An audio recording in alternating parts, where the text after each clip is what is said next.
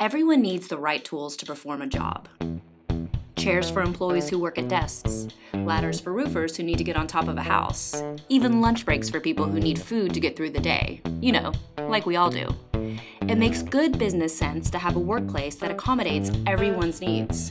And laws like the Americans with Disabilities Act, the ADA, and the Rehabilitation Act are there to make sure workers with disabilities are accommodated too. So, what kind of accommodations are we talking about? Special privileges for special people, right?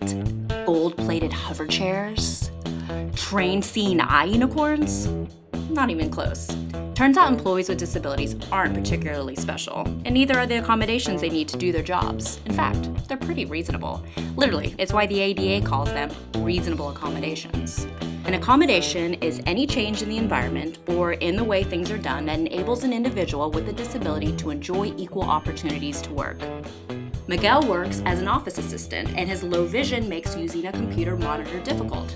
So his employer provided screen reading software that reads aloud on-screen text and image descriptions. That's a reasonable accommodation. June is a bookkeeper who experienced a traumatic brain injury. Concentrating for long periods of time is exhausting for her. So instead of taking one long break, her employer allows her to take several short breaks. That's a reasonable accommodation. And according to the Job Accommodation Network, JAN, the majority of workplace accommodations, 59%, cost absolutely nothing.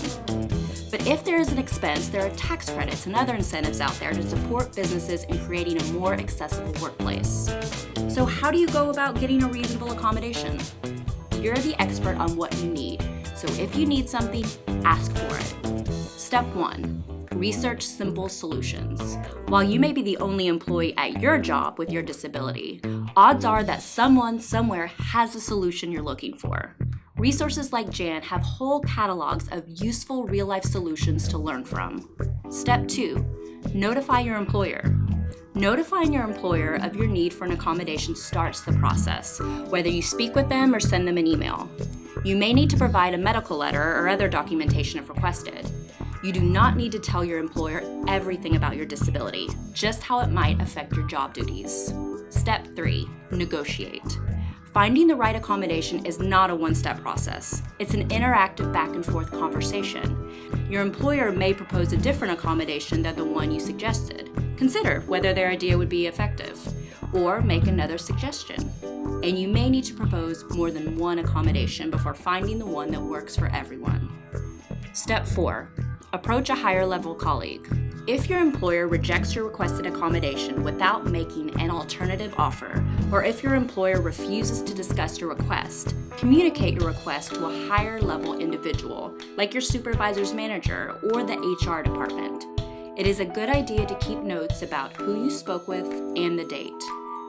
If all else fails, there's step 5. File a claim. If you're not getting anywhere with the higher-ups, there are agencies that can help. Filing a claim involves a lot of paperwork and sometimes short deadlines, so it's important to move quickly. No matter what steps you take, always remember that asking for reasonable accommodations is not about getting special favors. It's about getting what you need to get your job done. For more information, contact Disability Rights Mississippi at 800-772-4057 or www.drms.ms.